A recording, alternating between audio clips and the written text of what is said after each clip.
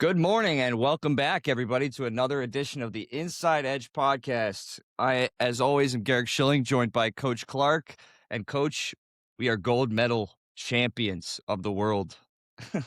Gotta love it. You gotta love it. What a weekend. What an Olympic event, really, for hockey, both women's and men's. But yesterday was, something you dream about, and it really reminded me of the '80. I was 19 years old when they won the Olympic in the gold medal in 1980 in Lake Placid.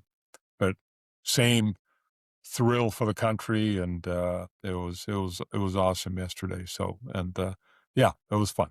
The No uh, words. the fallout from Jack Hughes's overtime goal after losing his teeth. I mean, it's cool to watch the talk online. You mentioned the 1980 Miracle on Ice already. And I keep seeing this sentiment, and I really agree with it. This isn't a miracle, right? Like, we're much more on an even Yeah, playing field with Canada than we were with the USSR back then. yeah, But this is a not a miracle, but a triumph. This is yep, 20, 30, 50 years, depending on how long you followed USA hockey, of us trying to get to this level. And yeah, now we've passed Canada, and I mean, we hold the trophy for now. It's yeah, now yeah, officially a rivalry instead of the little yeah. brother winning a Oh fight every yeah, once in a yeah, while. yeah. In 1980 there were a bunch of college kids and nobodies, and now it's NHL versus NHL, right? The best of the best, but it's still, like totally forget who plays for who in the NHL when you're watching the Olympic games, and for both sides, for Canada and the U.S. But it just came down to execution, and I think Canada was favored, not heavily favored, but favored, and to win this game because they're stacked up front, but U.S. is stacked in goal, and I think stacked on the blue line. I don't care how you slice it, and it came down to execution. And at the end of the day, they get great goaltending, and they made the right play at the right time. It was just awesome. Yep, yep. And it's one of those things where, again, I mentioned it already. They won 2-1 in the gold medal game. But where do you want to start with this, Coach? You want to start USA side or Canada side? Let's start with the USA side, Okay, and so go ahead.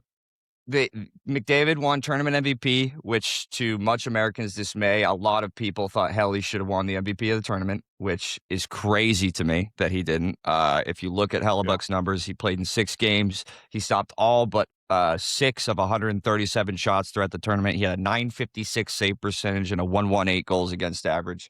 It's what you've been saying all year, Coach. If he had a complete team in front of him in Winnipeg like he did at the Olympics this year, that is the Connor Hellebuyck you can still expect every night. yeah. I mean, no slight on Winnipeg, but if he played on a contending team, like Florida or um, Dallas, or a really Boston. really good team, he'd have 3 cups by now. And that's the last thing to check up on his list, on his to-do list in his career. But you don't know what's going to happen down the road. But I mean, he had a great run, and during the Olympics, and really, it's going to be. I hope they give them time off, like a week or so. I don't know how the program will work with regards to everyone returning to their teams, but I can imagine the amount of partying going on in the last, 24 hours and the next 24 hours. It's gonna be they're gonna need some time to recover, Yeah. but I they're was gonna so young, joke they'll I bounce was gonna back. joke that we were gonna have Helly on, but he was a little indisposed at the moment due to, Yeah, yeah, post-party time difference. yeah, Yeah. I time do know difference. that they were supposed to fly back today into New York, but they have a big storm there, of course, so they're flying them into Miami. And I was listening to President Trump's phone call with them in the locker room, and I don't. Did you see that? Yeah, you sent that to me, that was Yeah, great. we sent it to you. That was unbelievable. It was one of the best moments you could even think of post game. President Trump addressing and just talking. It's like they're all at a bar shooting the breeze, and Well, he invited them to speak the State of the Union address tomorrow night. and I thought that was great. Two things off of that. One, I don't know where, but if you can place a bet on Trump to make a 51st state joke at the State of the Union, put that money in right away.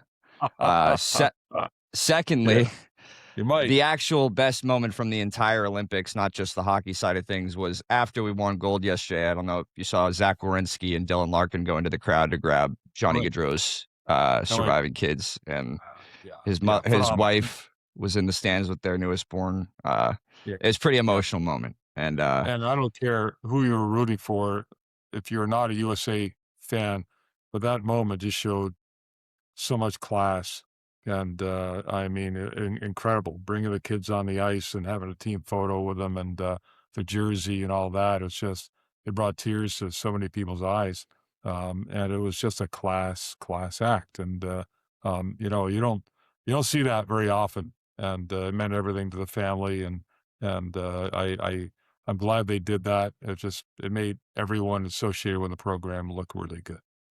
it was particularly cool too because it just goes to show how tight this group of guys is and how Yeah. hockey's such a different sport. Like, even though these guys play on different NHL organizations, they either played against or with each other at some point growing up, and they've formed a brotherhood around USA Hockey that, like you said, Coach, they all play for different teams, but once the USA jersey comes on, all those lines are blurred away.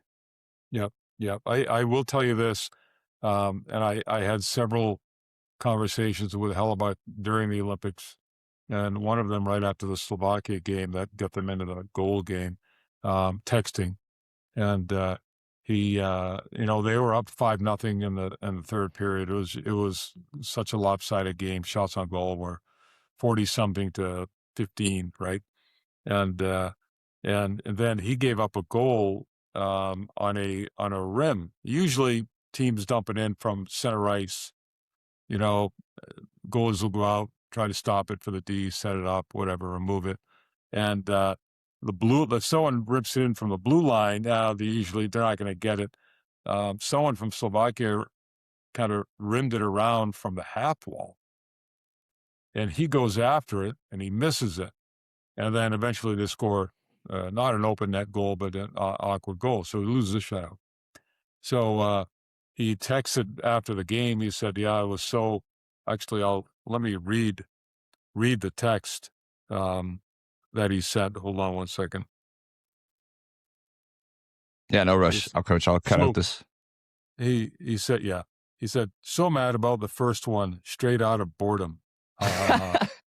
So like, but that tells me that they were loose, they were having fun, and that was, you know, a month ago I was sitting in his living room for several days and just a visit, and we had that talk, and it's been a really trying season in Winnipeg for Connor, and and I think I've mentioned this on other podcasts. You know, I was sit in the stands and I watched several practices, and he's hooting and hollering, and he's chirping people. He's just having a blast.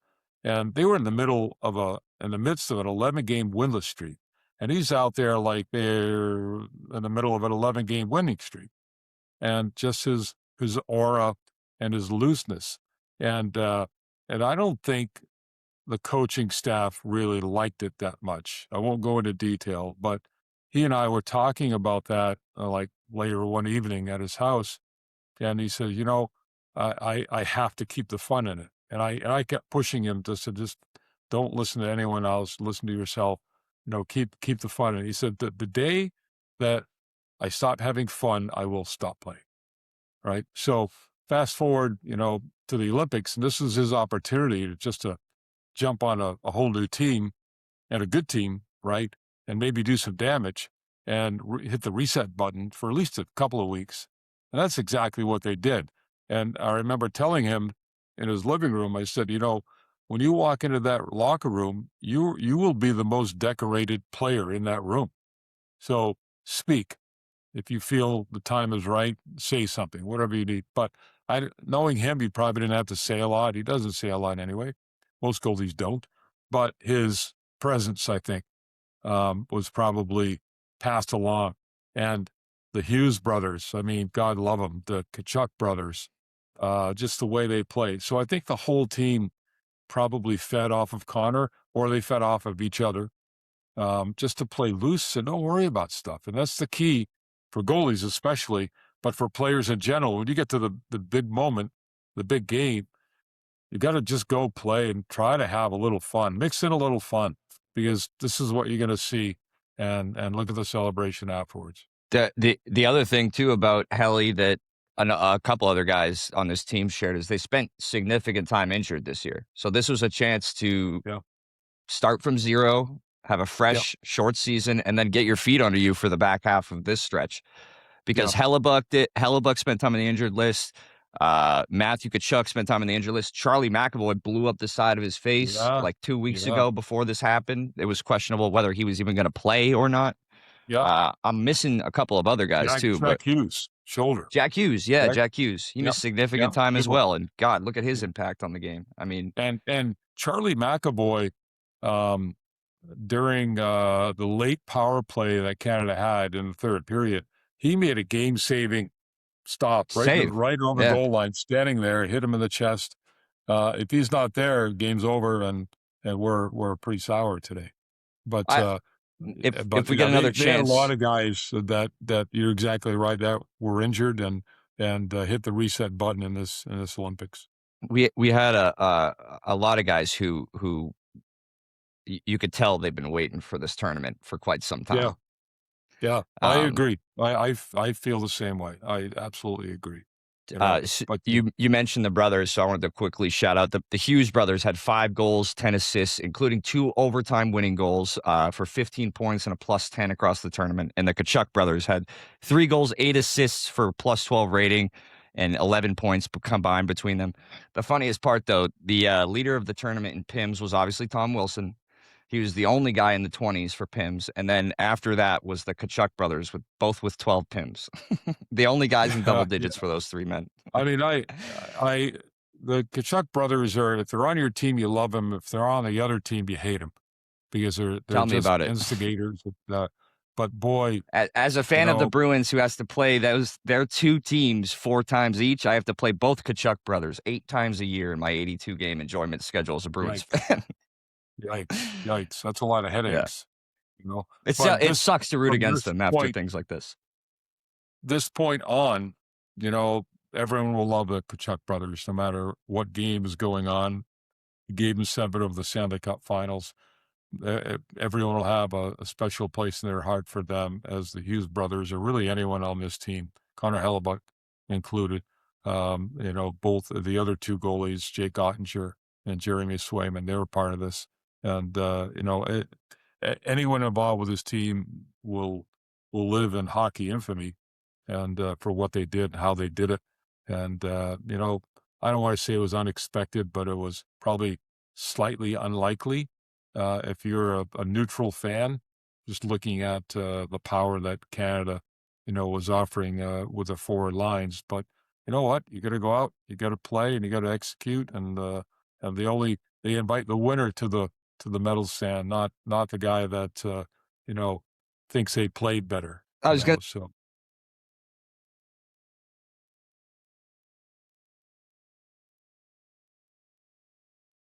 I lost you.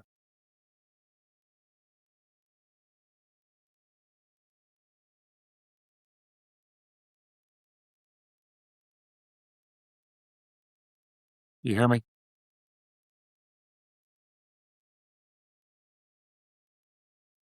Yeah. Okay, you're back. I can't hear you. Yeah.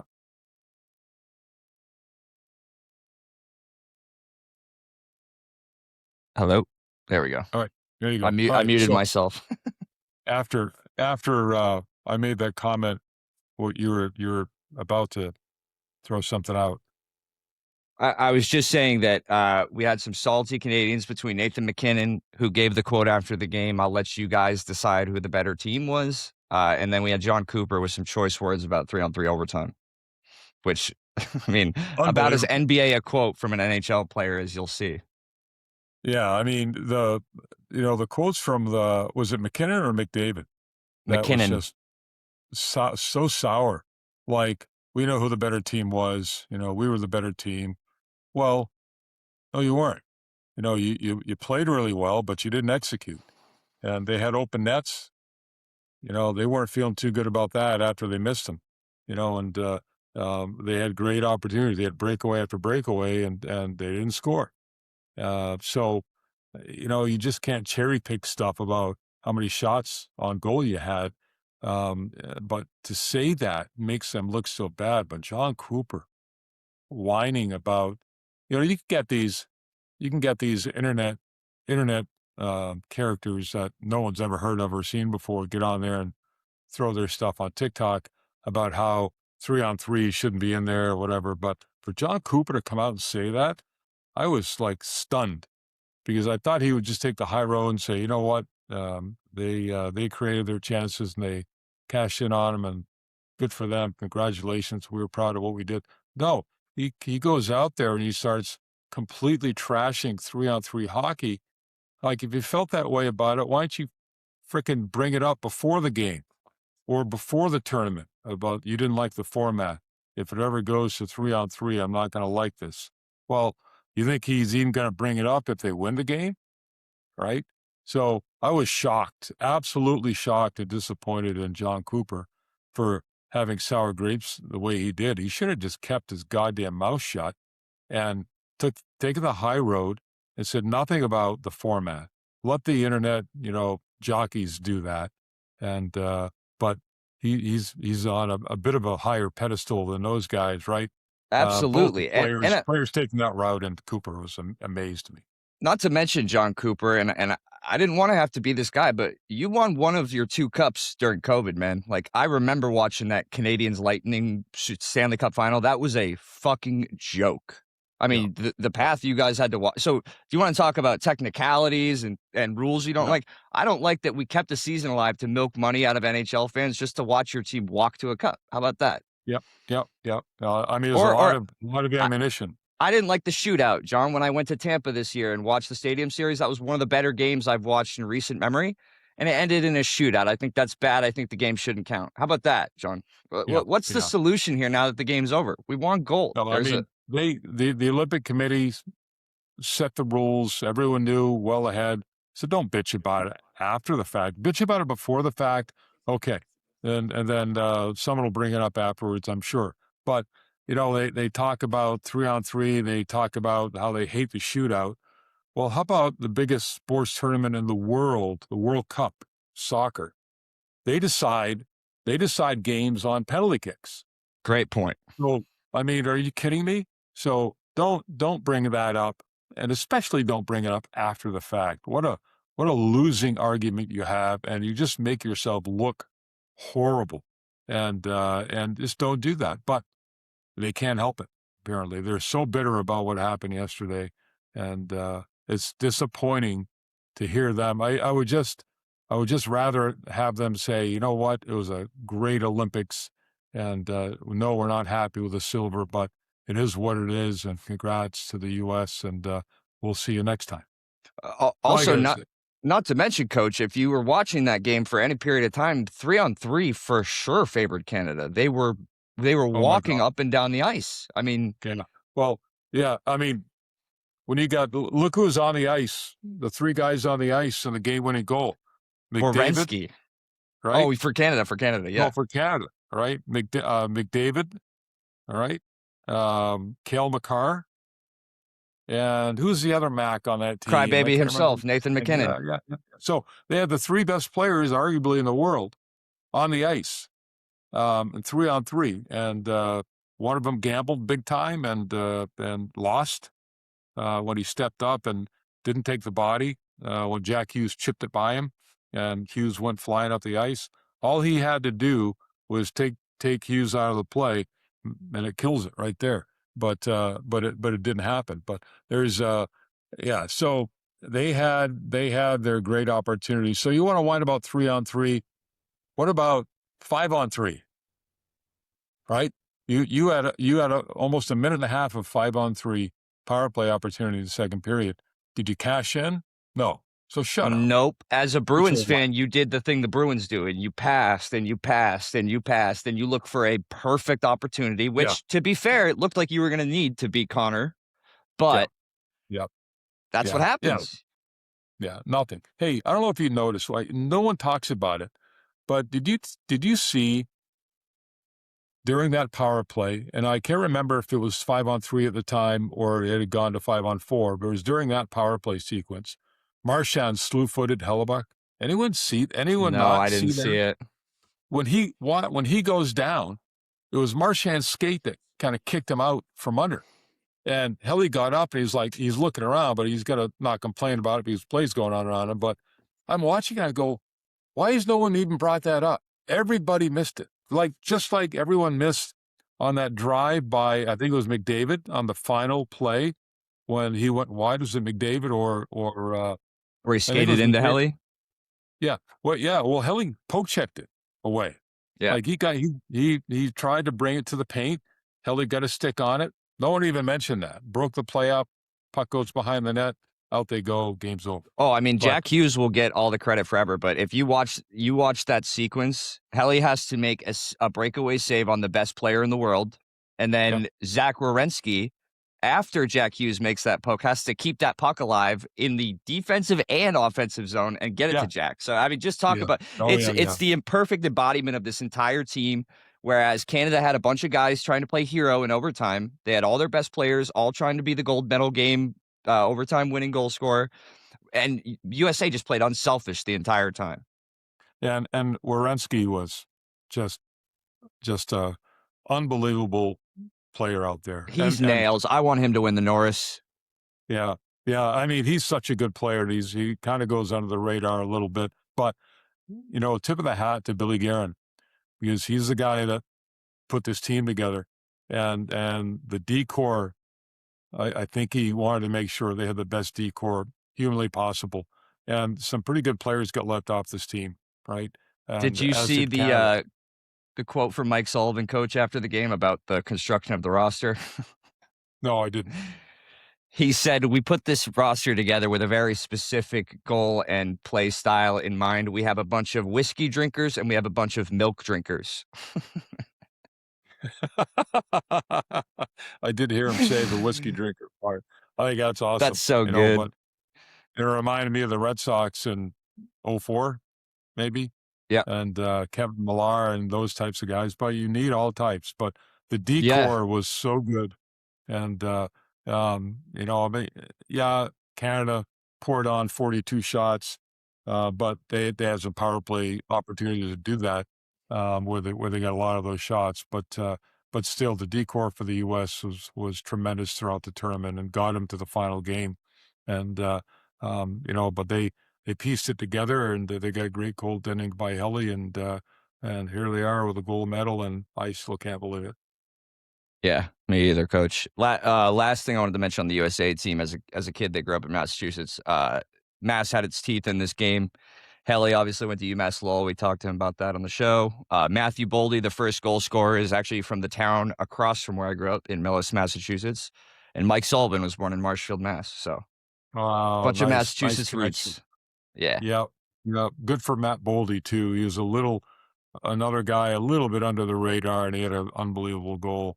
I know And he yeah, had talk he about had that other goal. goals too. Yeah, that was great. I mean, the Yeah. hands on him to midair chip it by, and then just somehow gather S- it in, and Stick with it. you Yeah, know, all the way to the net. And I mean, yeah, Binner played a yeah. great game. That won't be talked about either. It He was didn't great. face he No, didn't face no, nearly it the was same great. volume, but he was great. Neither goals against you can really fault him for. Boldy's breakaway made a great move and No. tricky, and you see goalies get beat that way all the time. And the game-winning goal was just a bang bang play, and he tried to go out and take the net away, but 5-hole opened up and he shot there. I would love to ask Hughes if he intended all the way. Did he To see keep it on the something? ice.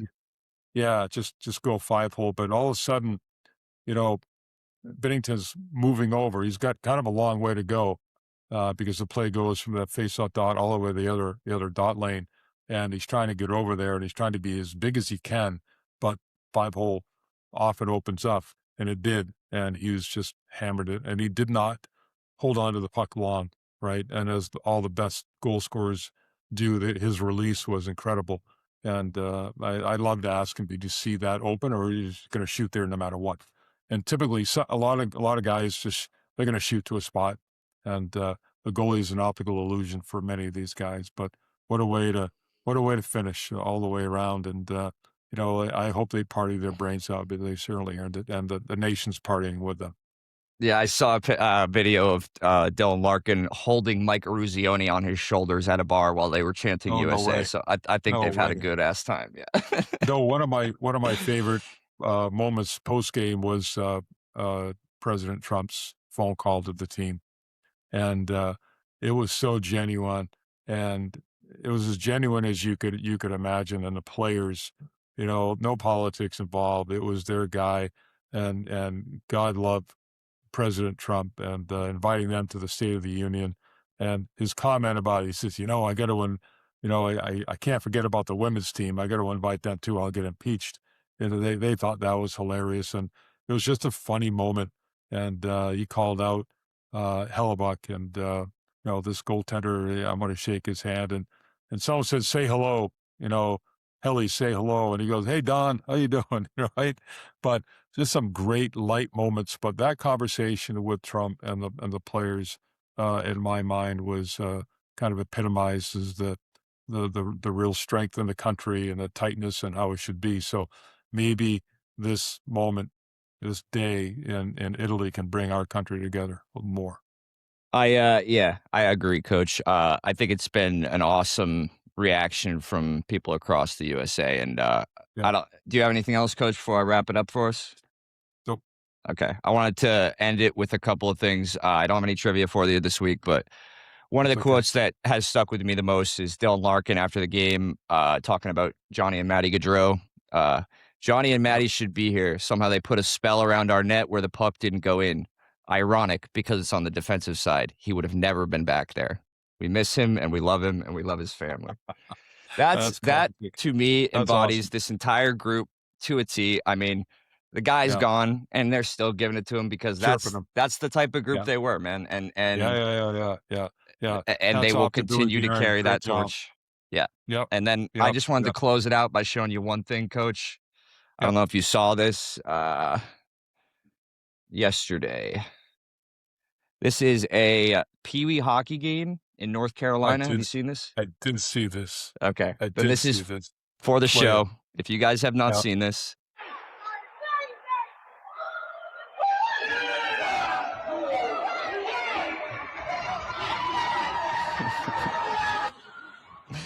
Isn't USA that wins the awesome? gold medal during their game and they run over to celebrate with their benches. I mean, Isn't that awesome? this Yeah. is one of those things, Coach, that I'm sure a couple kids were bummed they couldn't go and watch the gold medal game with their buddies and stuff. But I mean, this will be a core memory for these kids for the rest of their lives. And Oh who yeah. knows, one of these kids might end up on the US Olympic team, and this will be the coolest video to look back on. Yep. And then it's called inspiration, and that's what drove everything in 1980. The inspiration of that gold medal back then, and hockey just took off after that, and it'll uh, it'll give it a little booster shot here with what happened yesterday to the game of hockey. I don't even know if it needs it, but it's sure going to really give it a good shot in the arm. Yep. 1980 was a miracle. 2026 is our arrival. We are officially here. All right. Yep, love it, love it, All awesome, righty, good stuff, Coach. Gary. Great talking to you as always. We'll catch you guys in the future. All right, buddy, peace. Have a good Be one. good. You too.